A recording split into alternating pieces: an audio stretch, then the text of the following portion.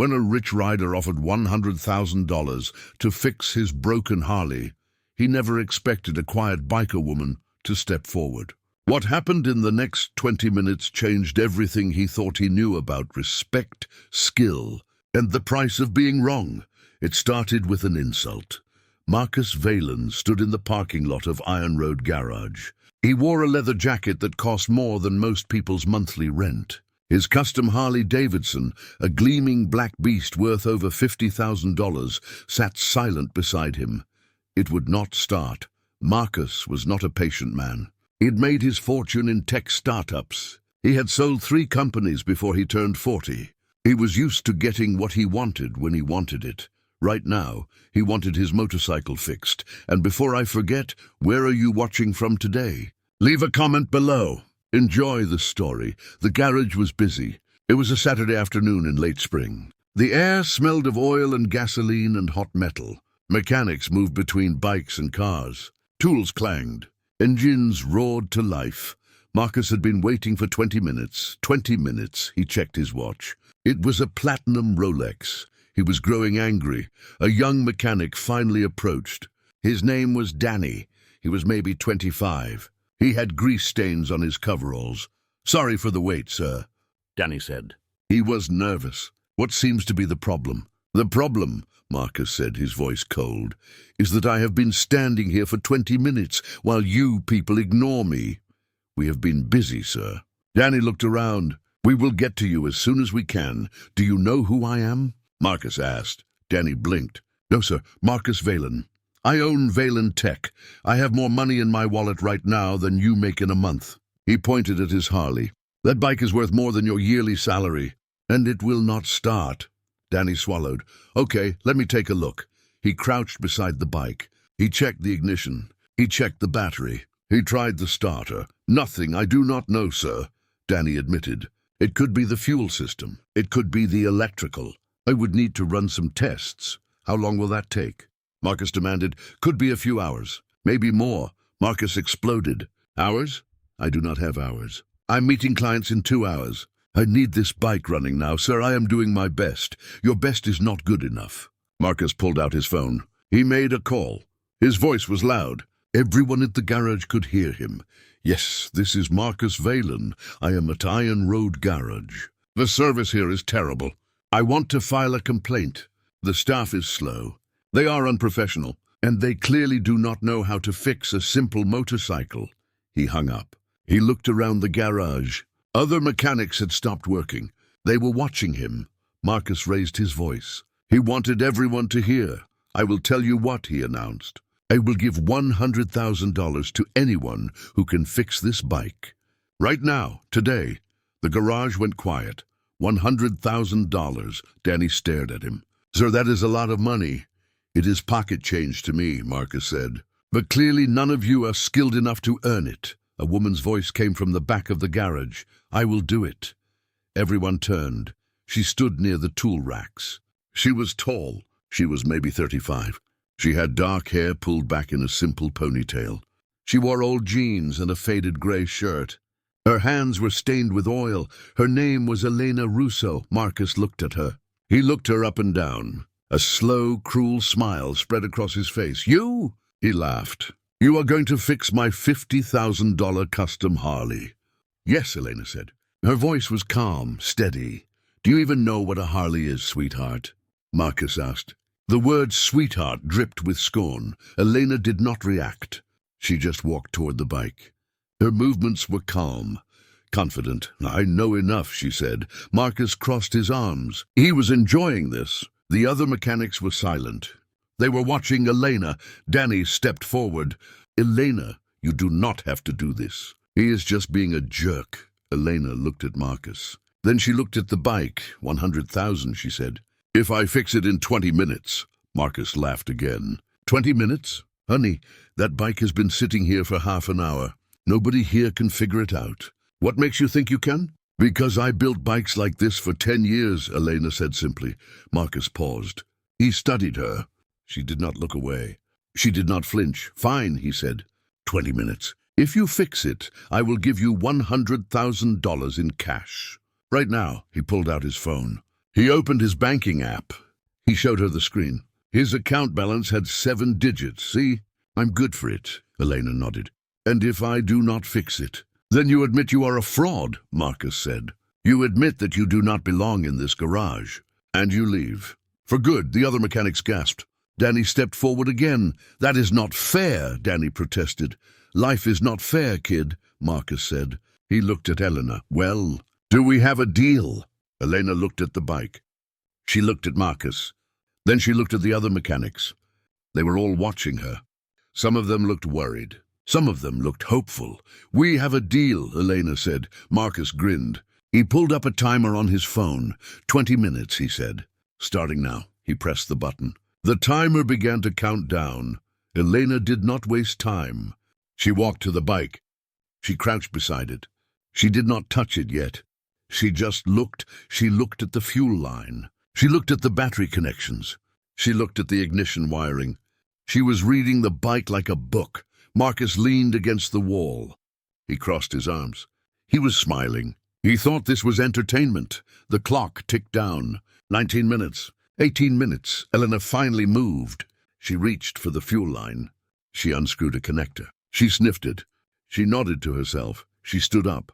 She walked to the tool rack. She grabbed a small wrench. She grabbed a length of clean tubing. She walked back to the bike. Marcus watched her. His smile was fading. Elena worked fast. Her hands moved with a smooth, practiced rhythm. She disconnected the fuel line completely. She held it up to the light. She shook her head. Clogged, she said quietly. Danny leaned in. What the fuel filter is clogged, Elena explained. The bike is not getting gas to the engine. Simple fix. She took the new tubing. She replaced a section of the line. She reconnected everything. She tightened the fittings. Her hands were steady, fast. Sure, 15 minutes. She moved to the battery. She checked the terminals. One of them was loose. She tightened it with the wrench. She wiped the connections clean with a rag. Then she moved to the ignition. She pulled the panel. She checked the wiring. One wire was frayed, just a little. But it was enough to cause a problem. She went back to the tool rack. She grabbed electrical tape. She wrapped the frayed wire carefully, neatly. She replaced the panel. 10 minutes. Elena stood up. She wiped her hands on her jeans. She looked at Marcus. Start it, she said. Marcus blinked. What, start the bike? Elena repeated. It is fixed. You still have 10 minutes, Marcus said. He was not smiling anymore. I do not need 10 minutes, Elena said. Marcus looked at the bike. He looked at Elena. He walked over. He sat on the bike. He turned the key. The engine roared to life. It was a deep, powerful sound. The Harley rumbled and purred. It was perfect. The garage erupted. The other mechanics cheered. Danny pumped his fist in the air. Someone whistled. Marcus sat on the bike. He revved the engine.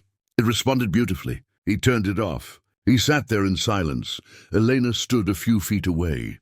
She did not smile. She did not celebrate. She just watched him. Marcus looked at his phone.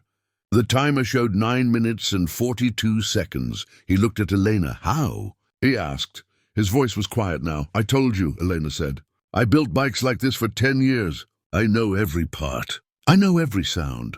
I know what breaks and how to fix it. Marcus got off the bike. He looked at the ground. Then he looked at her. You fixed it in less than 10 minutes, he said. Yes. He reached into his jacket. He pulled out his phone again. He tapped the screen a few times. Then he held it out to her. What is your account number? He asked. Elena gave it to him. Marcus transferred the money. $100,000. He showed her the screen. It is done, he said. Elena checked her phone. The notification came through. The money was there. Thank you, she said simply. Marcus stood there. The other mechanics were still watching. The garage was quiet again. No, Marcus said. His voice was different now. It was softer, humbler. Thank you. I was wrong. I was a jerk. You proved me wrong. Elena nodded.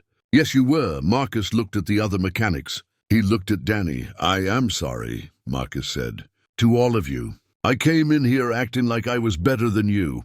I was not. You all work hard. You all have skills I do not have. Danny crossed his arms. He was still angry, but he nodded. Marcus looked back at Elena. Where did you learn to do that? He asked. To fix bikes like that? My father, Elena said. He owned a shop in Nevada. I grew up in his garage. I started working on bikes when I was 8 years old. And now? Marcus asked. What do you do now? Elena looked around the garage. I work here, part-time. I help out when they need me, part-time. Marcus repeated. Why?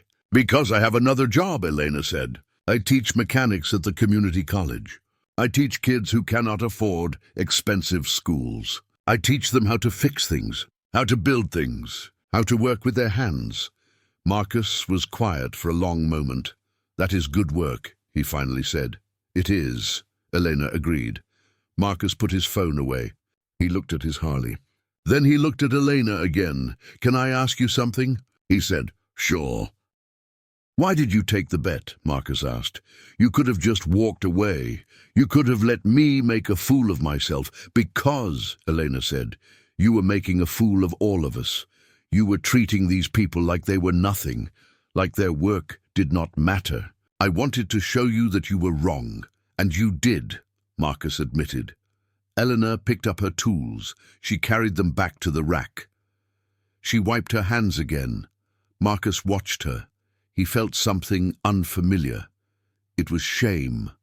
It was respect. He walked over to Danny. I'm sorry, he said again. Really, I will call and cancel that complaint, and I will leave a review, a good one. You all deserve it. Danny nodded. Thanks.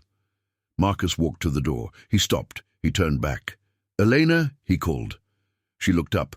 If you ever need anything, Marcus said, you call me. I mean it. You have my respect. That is worth more than money. Elena gave him a small smile. I will remember that. Marcus left. He climbed on his Harley. The engine started perfectly. He rode out of the parking lot. He did not look back. Inside the garage, the mechanics went back to work. But the mood was different, lighter, proud. Danny walked over to Elena. That was amazing, he said. It was just a fuel line, Elena said. She was putting tools away. No, Danny said. It was more than that. You showed him. You showed all of them. Elena shrugged. Someone had to. Danny grinned. $100,000. What are you going to do with it? Elena thought for a moment. She looked around the garage. She looked at the young mechanics working, learning. I am going to start a scholarship fund, she said. For kids who want to learn mechanics but cannot afford school. I'm going to help them, just like my father helped me. Danny smiled. That is perfect. Elena nodded. It is what my father would have wanted. She walked to the back of the garage. She sat on a stool. She pulled out her phone. She looked at the transfer notification again. $100,000. She thought about her father. He had died 5 years ago. He had left her his tools, his knowledge, his love of machines. And now she was passing it on. She put her phone away. She picked up a wrench. There was always another bike to fix, another problem to solve, but for the first time in a long time, Elena felt something she had almost forgotten. Pride. She had stood up to a bully. She had proven her worth, and she had done it with her hands, with her skill, with the lessons her father had taught her. Marcus Valen rode through the city. The wind was in his face. The Harley ran perfectly, but he was not thinking about the bike. He was thinking about Elena. He had judged her. He had dismissed her. He had been cruel, and she had quietly, calmly proven him completely wrong. Marcus had spent his whole life being the smartest person in the room. He had built companies. He had made millions. He had won every argument, every negotiation. But today he had lost, and strangely it felt like the most important lesson he had learned in years. He pulled over. He parked the bike. He sat there for a moment. He pulled out his phone. He found Iron Road Garage online. He left a 5-star review. The staff here is incredible, he wrote. Professional, skilled, and patient. Special thanks to Elena Russo, who is one of the best mechanics I have ever met. If you need work done, go here. You will not be disappointed. He posted it. Then he sat there. He watched the cars go by. He thought about his life, his success, his money.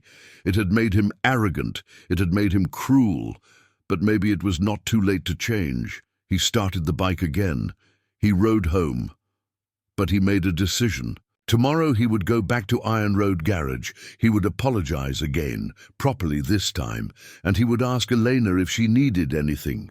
Funding for her scholarship, connections, resources, because she was doing something he had never done. She was building something that mattered, something that helped people. Marcus Valen had always believed money was the measure of success. But today, a woman with grease on her hands and a quiet voice had shown him something different. Success was not about what you earned. It was about what you gave, what you built, what you left behind. And Elena Russo, with her 10 years of experience and her father's lessons, had more of that than Marcus ever had. Back at the garage, the day wound down. The sun was setting. The mechanics were cleaning up, locking tools away, saying goodbye. Elena stayed late. She always did. She liked the quiet of the empty garage, the smell of oil, the feel of cold metal under her hands. She was working on an old bike. It belonged to a kid named Tommy. He was 17. He had saved up for 2 years to buy it, but it did not run. He had brought it to Elena. She had promised to fix it, for free, because that was what her father would have done. She worked slowly, carefully. She replaced the spark plugs. She cleaned the carburetor. She adjusted the chain. The door opened. Elena looked up. It was Danny. "You are still here?" he asked. "Always," Elena said with a small smile. Danny walked over. He looked at the bike. "Tommy's bike?" "Yeah," Elena said. "Should be ready for him next week." Danny nodded. He was quiet for a moment. "Elena," he said, "what you did today, that was brave." Elena shrugged. "It was just a bike." "No," Danny insisted. "It was more. You stood up for all of us. You showed that guy we are not just grease monkeys. We are skilled. We are professionals." Elena looked at him. She could see the pride in his eyes. "You are," she said. "Do not ever forget that." Danny smiled. "Thanks. And thanks for teaching me. For teaching all of us." "That is what I am here for," Elena said. Danny left. Elena went back to work. She tightened the last bolt. She wiped the bike clean. It looked good. It would run great. She thought about Tommy, his excitement, his pride. She thought about all the kids she taught, the ones who came from nothing, who had no money, no connections, but they had hands, they had brains, they had the will to learn. And that was enough. Elena stood up. She stretched. She looked around the garage. This was her place, her world. It was not glamorous. It was not rich. But it was real. It was honest. It was home. She turned off the lights. She locked the door. She walked to her truck. It was old. It was rusty. But it ran perfectly because she had built it herself. She drove through the city. She passed Marcus Valen's world. The tall buildings, the expensive restaurants, the bright lights. But she did not envy it. She did not want it. She had something better. She had purpose. She had skill. She had the respect of people who mattered. And tomorrow she would wake up and do it all again. She would fix bikes. She would teach students. She would honor her father's memory, because that was who Elena Russo was. A mechanic, a teacher, a builder, and no amount of money could buy that. The next morning, Elena arrived at Iron Road Garage at 6:30. The sun was just rising. The air was cool and clean. She liked these quiet hours before the world woke up. She unlocked the door. She flipped on the lights. The garage smelled like home. She made coffee in the small break room. It was cheap, instant coffee, but it was hot and strong. She drank it while she checked the schedule for the day. 3 oil changes, 2 brake jobs, 1 transmission rebuild, and Tommy's bike to finish. It was going to be a good day. At 7:15, Danny arrived. He was early. He usually came in at 8. "Could not sleep," he said, grinning. "I kept thinking about yesterday, about you shutting down that rich guy." Elena smiled. It was just a job, Danny. It was more than that, Danny insisted. He poured himself coffee. Everyone is talking about it. My girlfriend called me last night. She heard about it from her cousin who works at the diner. The whole town knows. Elena shook her head. Small towns. Danny laughed. Yeah. But seriously, Elena, you are a legend now. I am a mechanic, Elena corrected. That is all. The door opened. More mechanics arrived. Mike, an older man with grey hair. Lisa, a young woman with bright pink streaks in her hair. They all greeted Elena with smiles and fist bumps. The queen of the garage, Mike said with a grin. Stop it, Elena said, but she was smiling. The morning passed quickly. Elena worked on a brake job. She replaced worn pads. She bled the lines. She tested everything twice. She did not rush. She did not cut corners. Good work took time. At 11 o'clock, the front door opened. A man walked in. It was Marcus Valen. The garage went quiet. Everyone stopped working. They all turned to look. Marcus was not wearing his expensive leather jacket. He wore a simple blue shirt and jeans. He looked different, smaller somehow, humbler.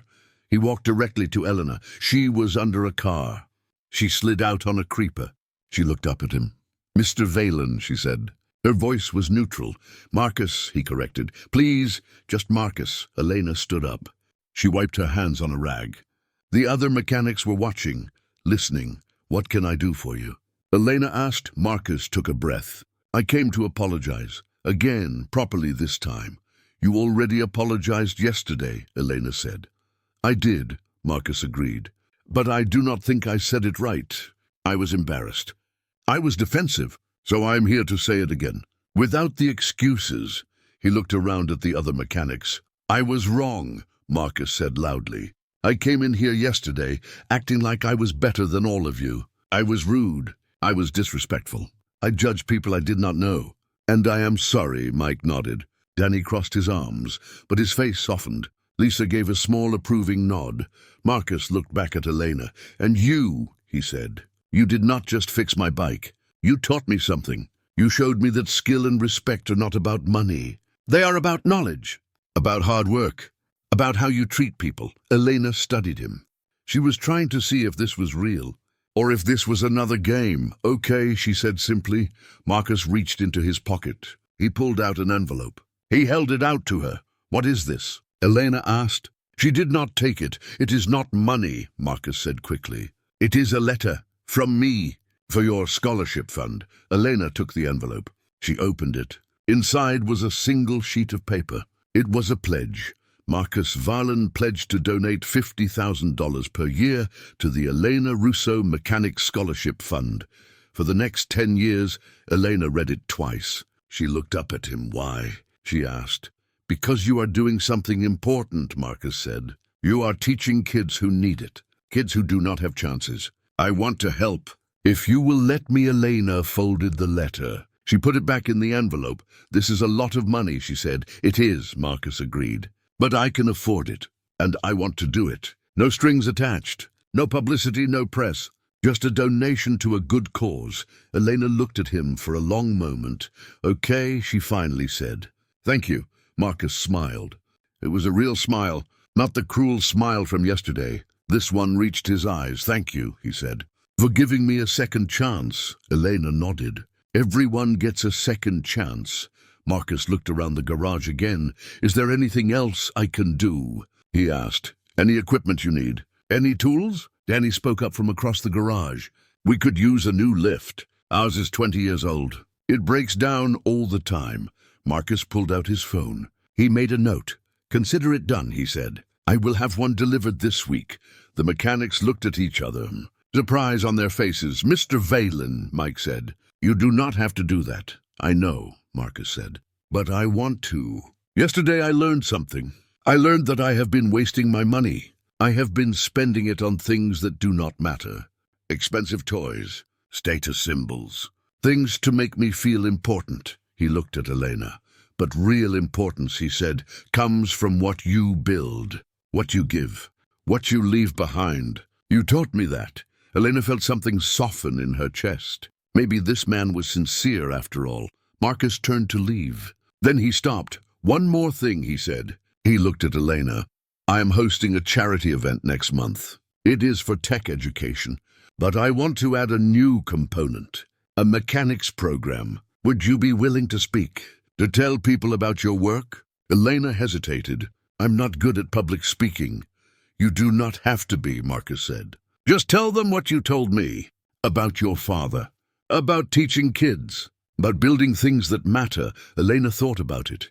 She thought about her students, about the scholarship fund, about reaching more people. "Okay," she said. "I will do it." Marcus smiled again.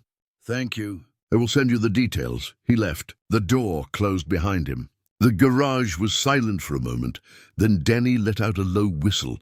"Did that just happen?" he asked. "I think so," Lisa said. Mike walked over to Elena. He put a hand on her shoulder. "You did good, kid," he said. "You changed that man. I just fixed his bike," Elena said. "No," Mike said. "You fixed more than that." The rest of the day passed in a blur. Word spread fast. By afternoon, a local newspaper reporter showed up. She wanted to interview Elena. Elena refused politely. She did not want the attention. She just wanted to work, but the reporter was persistent. She waited outside. Finally, Elena agreed to 5 minutes. They stood in the parking lot. The reporter, a young woman named Claire, held a recorder.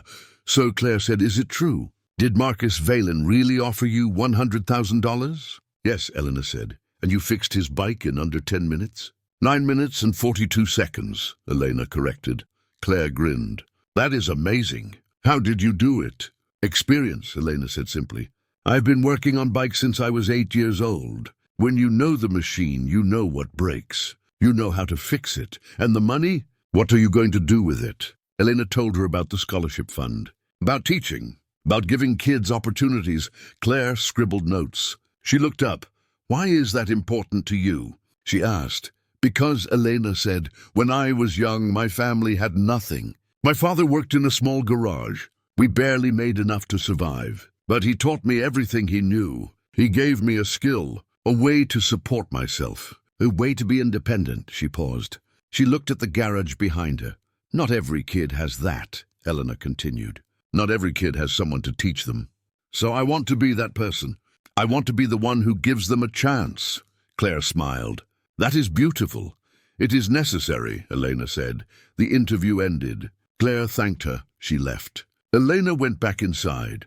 That evening, Elena stayed late again. She was finishing Tommy's bike. She had replaced the last few parts. Now she was testing it. She started the engine. It roared to life. It sounded perfect. She let it run for 10 minutes.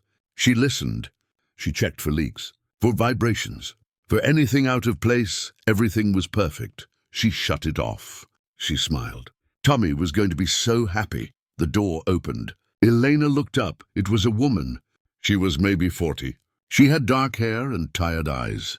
She wore a server's uniform. She looked nervous. "Can I help you?" Elena asked. "Are you Elena Russo?" The woman asked. Yes. The woman walked closer. Her hands were shaking. "My name is Maria," she said.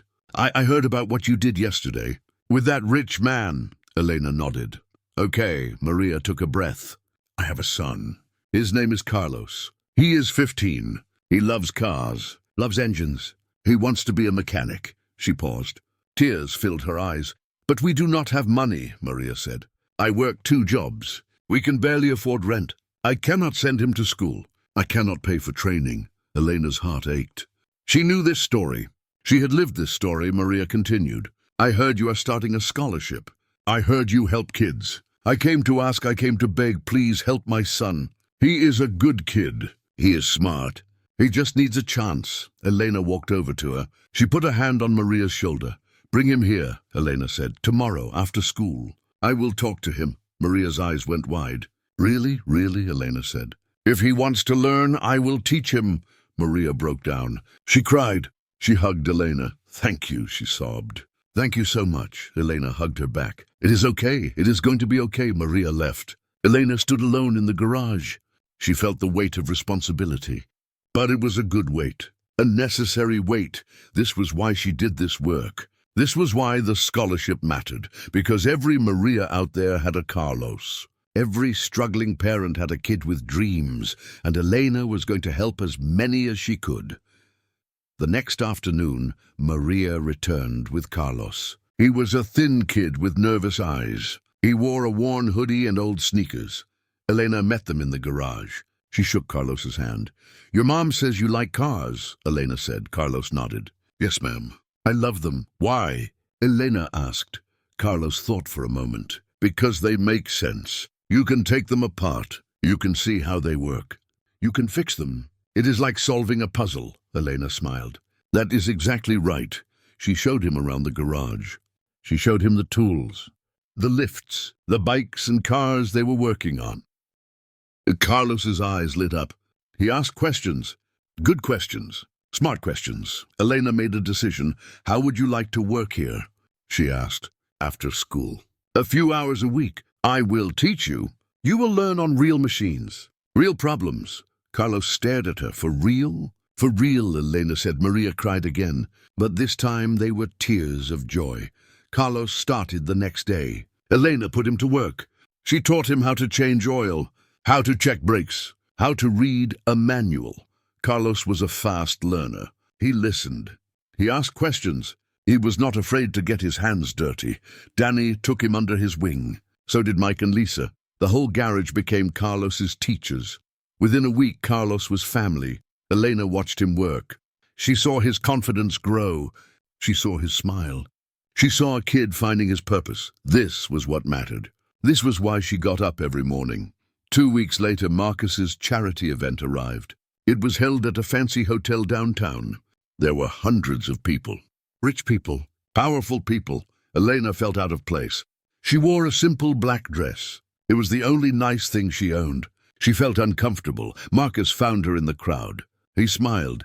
"You came," he said. "I said I would," Elena replied. "You look nervous." "I am," Elena admitted. "This is not my world. It is tonight," Marcus said. "Come on. I want to introduce you to some people." He led her through the crowd. He introduced her to tech executives, to philanthropists, to city officials. Elena shook hands.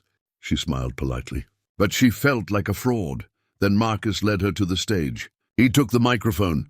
"Ladies and gentlemen," he said. His voice boomed through the speakers. "Thank you for coming tonight." The crowd quieted. Marcus continued.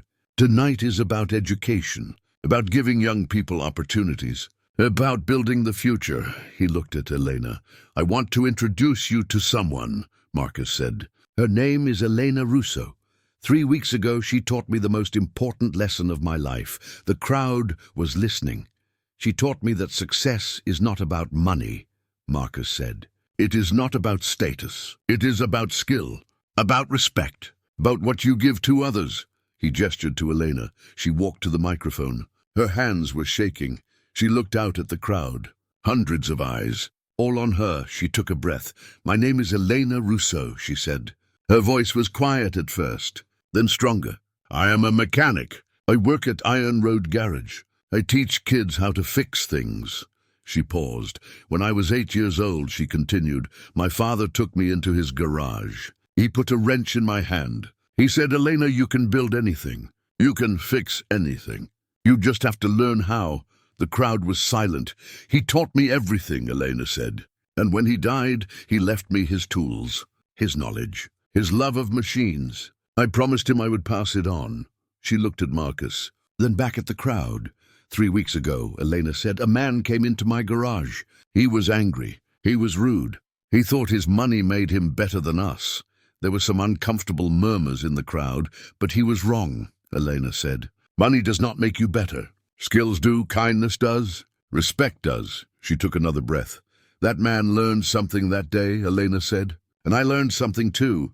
I learned that my work matters, that teaching matters, that every kid who wants to learn deserves a chance." She looked directly at the audience. "So tonight," she said, "I am asking you, if you have money, if you have power, use it to help people, not to feel important, but to give opportunities, to build futures, to honor the people who came before us."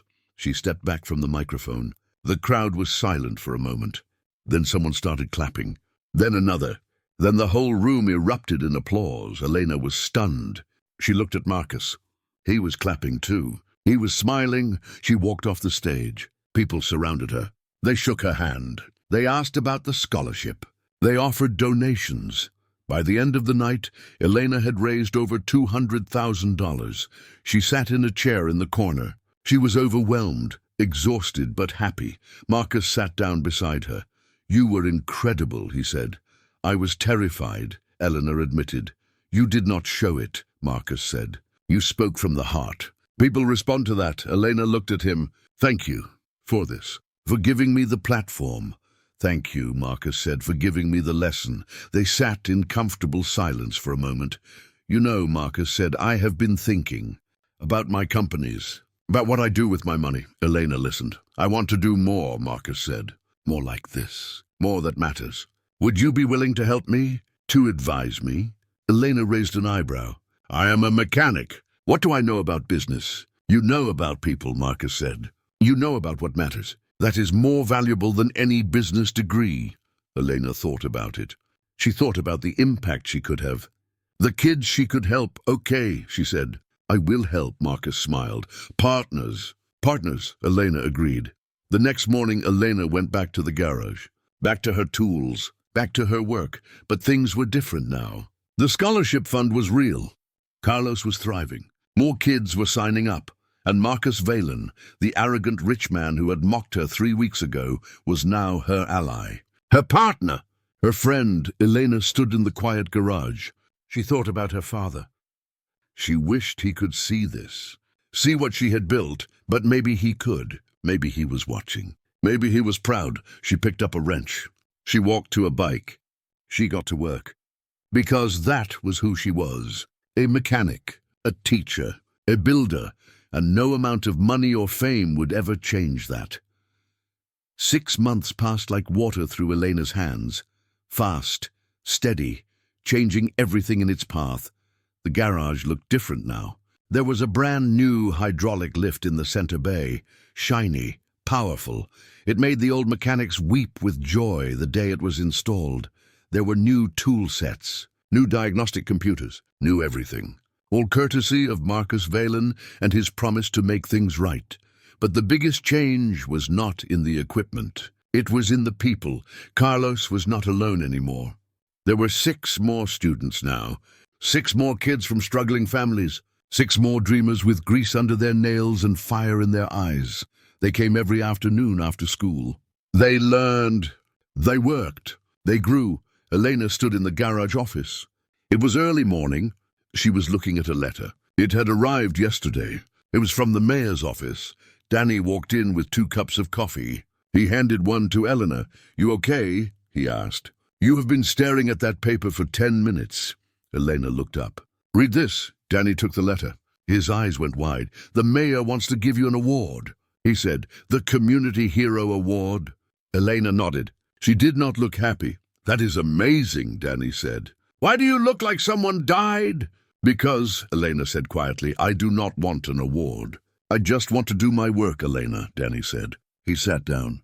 "You have changed this whole town. The scholarship fund has helped 15 kids so far. You have trained 7 students here at the garage. 3 of them already have job offers. You have given speeches at 4 schools. You have raised over $500,000. That was not just me," Elena protested. "That was Marcus. That was all of you. That was the community. But you started it," Danny said. "You were the one who stood up to a bully. You were the one who took the bet. You were the one who showed everyone what courage looks like." Elena was quiet. She looked out the window. The sun was rising over the parking lot. "Another day. Another chance to build something." "Fine," she finally said. "I will accept the award. But I am bringing all of you with me." Danny grinned. "Deal." That afternoon, a black SUV pulled into the garage. It was Marcus. He came by every week now, sometimes to check on the students, sometimes just to talk. He had changed too. He wore jeans and work boots now. He had sold 2 of his sports cars. He had donated the money to 3 different trade schools. He walked into the garage. He found Elena under a truck. "Knock, knock," he called. Elena slid out. She saw Marcus and smiled. "Hey," Marcus held up a folder. "I have something for you." Elena stood up. She wiped her hands. "What now?" "The final numbers," Marcus said.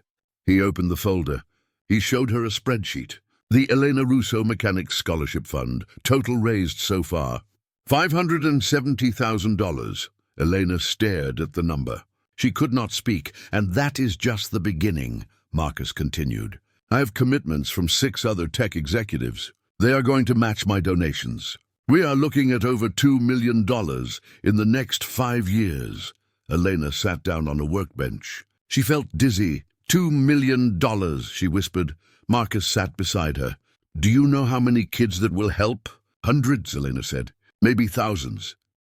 Exactly, Marcus said. All because you fixed a bike in 9 minutes and 42 seconds. Elena looked at him. No, all because you were willing to learn, to change, to admit you were wrong. Marcus shook his head. I was the problem. Elena, you were the solution. They sat in silence for a moment. Around them, the garage hummed with life. Carlos was teaching a younger student how to read a wiring diagram. Lisa was explaining brake systems to 2 girls from the high school. Mike was showing a boy how to properly torque a bolt. This is what matters, Marcus said quietly. This right here, Elena nodded. This is everything. The day of the awards ceremony arrived. It was held at the City Hall. There were cameras, news crews, reporters. Elena wore the same black dress from Marcus's charity event. She still felt uncomfortable, but this time, Danny and the other mechanics were with her. They wore their best clothes. They stood beside her like family. The mayor gave a speech. She talked about community, about service, about ordinary people doing extraordinary things. Then she called Elena to the stage. Elena walked up. Her legs felt weak. She took the microphone. Thank you, she said. Her voice echoed through the room. But I need to say something. The crowd waited.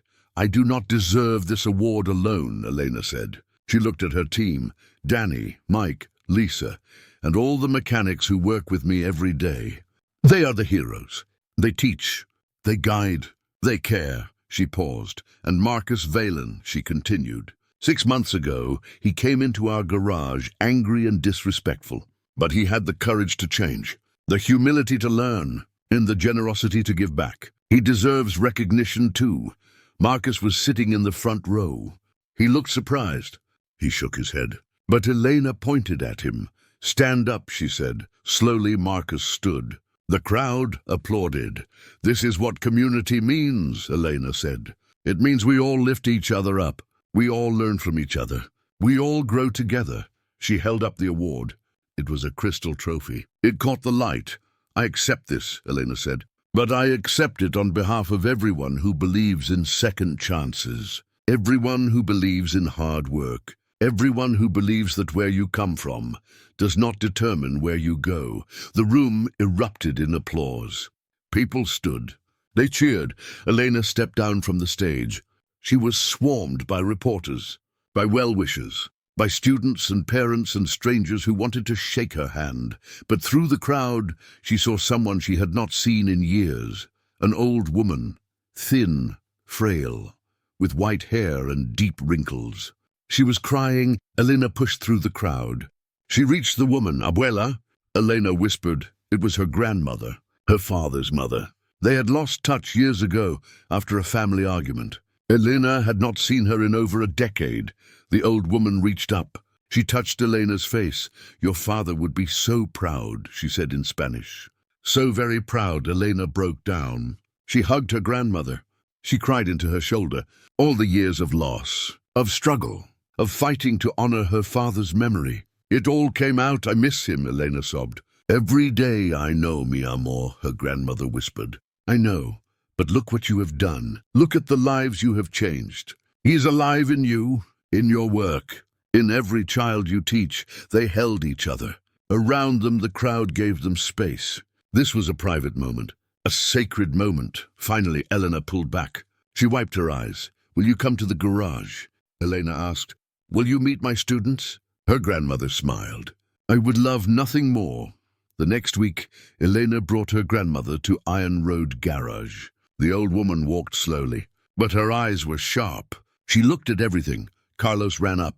He was excited. He wanted to show her the engine he was rebuilding. This is my student, Elena said proudly. Carlos, this is my grandmother. Carlos shook her hand gently. Nice to meet you, ma'am. The grandmother looked at the engine. She looked at Carlos. Then she looked at Elena. "Your father started his first engine when he was 15, she said. "It was a motorcycle engine, just like this one." Carlos's eyes went wide. "Really, really," the grandmother confirmed. "And now you are learning the same way. This is a beautiful thing." She walked through the garage. She met all the students. She watched them work. She asked questions. At the end of the day, she sat with Elena in the office. "You have built something special here," she said. "Something your father dreamed of but never got to do." "What do you mean?" Elena asked. "Your father always wanted to teach," her grandmother said. "He wanted to open a school, a place where kids could learn for free, where they could work with their hands, where they could find their purpose." Elena felt tears coming again. "They did not know that. He never got the chance," her grandmother said. "Money was always tight. Work was always hard. But he talked about it. He dreamed about it." She took Elena's hand. "You made his dream real," she said. "You did what he could not do, and that is the greatest honor you could give him." Elena held her grandmother's hand tight. "Thank you for telling me. Thank you for remembering him," her grandmother said. "Thank you for carrying on." That night, Elena could not sleep. She lay in her small apartment. She stared at the ceiling. She thought about her father, about his dreams, about the garage, about the students. She thought about Marcus, about how one angry man had become a partner, a friend, an ally. She thought about the scholarship fund, about the hundreds of kids it would help, about the thousands of lives it would touch, and she realized something. This was bigger than her, bigger than one garage, bigger than one town. This was a movement. The next morning, Elena called Marcus. "I have an idea," she said. Marcus laughed. "That is never a good sign." "What is it?" Elena took a breath. "What if we expand? What if we open more training centers? In other cities, in other states? What if we build a whole network of garages where kids can learn?" There was silence on the line. "Are you serious?" Marcus finally asked. "Yes," Elena said. "The scholarship fund is great, but scholarships only help kids who can get into schools. What about the kids who cannot? What about the kids who need to start working now? Who needs skills today?" Marcus was quiet. Elena could hear him thinking. "That is brilliant," he finally said. "That is absolutely brilliant. You think we can do it?" Elena asked. "I think we have to do it," Marcus said. "How many cities are we talking about?" "Start with 5, Elena said. 5 cities, 5 garages, 5 teams of mentors and teachers. That is going to take a lot of money," Marcus warned. "I know," Elena said, "but we can raise it. We have momentum. We have proof that it works. People will invest." "Okay," Marcus said. "Let us do it. Let us build this thing." They spent the next 3 months planning. They hired a team. They found locations. They recruited mechanics and teachers from across the country. They called it the Open Road Project, a network of training garages for underprivileged youth. The first new location opened in Detroit, an old warehouse converted into a state-of-the-art garage. It had 12 bays, 20 tool stations, room for 50 students. Elena flew out for the opening. She cut the ribbon. She met the students. She watched them work. She saw her father in every one of them. The hunger to learn, the pride in doing something with their hands, the hope for a better future. The second location opened in Phoenix, then Atlanta, then Seattle, then Boston. Each one was the same. A safe place, a learning place, a place where kids could build futures. The media caught on. National news ran stories. Elena was invited to talk shows, to conferences, to government panels, but she always said the same thing. "This is not about me. This is about the kids. This is about giving chances to people who deserve them." A year after the bet, Elena stood in the original Iron Road garage. It was late. Everyone had gone home. She was alone with her tools. With her memories, she thought about that day, about Marcus and his arrogance, about the $100,000 bet, about 9 minutes and 42 seconds that changed everything. The door opened. It was Marcus. He had a bottle of champagne and 2 plastic cups. "I thought I would find you here," he said. Elena smiled. "You know me too well." Marcus poured the champagne. He handed her a cup, a toast, he said. "To 1 year, to 5 training centers, to 312 students, to lives changed." Elena raised her cup. "To second chances, to learning from mistakes, to building something that matters. They drank. The cheap champagne tasted like victory. You know, Marcus said, I have been thinking about that day. About the bet, Elena laughed. Me too, I was such a jerk, Marcus said. I was everything wrong with rich people, entitled, arrogant, cruel. Yes, Elena agreed. You were, Marcus nodded. But you did not give up on me. You showed me who I could be, who I should be. You showed yourself, Elena said. I just gave you a reason to look. They stood in the quiet garage. Around them, the tools gleamed in the dim light. The bikes and cars waited for tomorrow, for the next problem, the next solution. This is what I love, Elena said. This place, this work, these kids. This is my life, and it is a good life, Marcus said. It is, Elena agreed. It is everything. Marcus looked at her. Thank you, Elena, for fixing my bike. For fixing me, Elena smiled. That is what mechanics do. We fix things, they stood together. Two people from different worlds, brought together by a broken Harley, by a foolish bet, by a moment of courage, and they had built something beautiful, something lasting, something that would outlive them both. 5 years later, the Open Road project had 20 locations. Over 2,000 students had graduated. 70% of them had found jobs. 40% had started their own businesses. Elena was still at Iron Road Garage, still teaching, still working, still building. Carlos was now a full-time mechanic. He was training students of his own. He had bought his mother a house. He had given her the keys on Mother's Day. She had cried for an hour. Marcus had sold one of his companies. He had donated half the money to the Open Road project. He spent his days traveling to the centers, meeting students, funding dreams. Elena's grandmother had passed away peacefully in her sleep. But before she died, she had seen the 5th training center open. She had held Elena's hand and whispered, "Your father knows. He sees. He is smiling." On a warm Saturday in June, Elena was at the garage. She was working on an old Harley. It needed a new fuel line, a battery check, some electrical work. It was exactly like the bike Marcus had brought in 5 years ago. She smiled at the memory, at how far they had all come. The door opened. A young girl walked in. She was maybe 12. She had nervous eyes and worn shoes. "Excuse me," the girl said. "Are you Elena Russo?" "Yes," Elena said. She stood up. "Can I help you?" "My teacher told me about you," the girl said. "About your program. About how you teach kids for free." "That is right," Elena said. The girl took a breath. "I want to learn. I want to build things. I want to fix things. Can you teach me?" Elena looked at the girl. She saw herself at that age, scared, hopeful, hungry for knowledge. She walked over.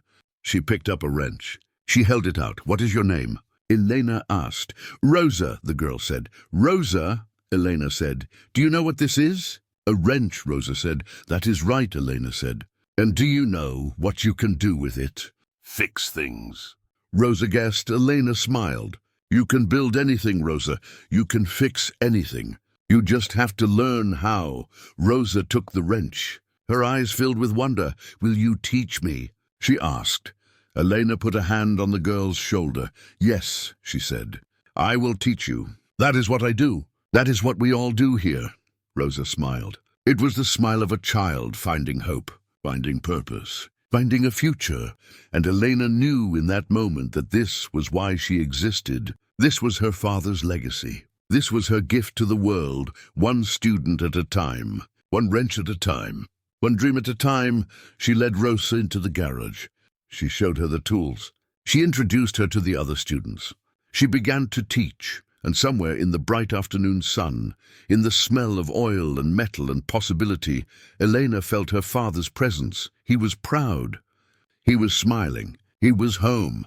The story that started with an insult and a bet had become a legacy, a movement. A promise kept. Elena Russo, the quiet mechanic who had stood up to a bully, had changed the world.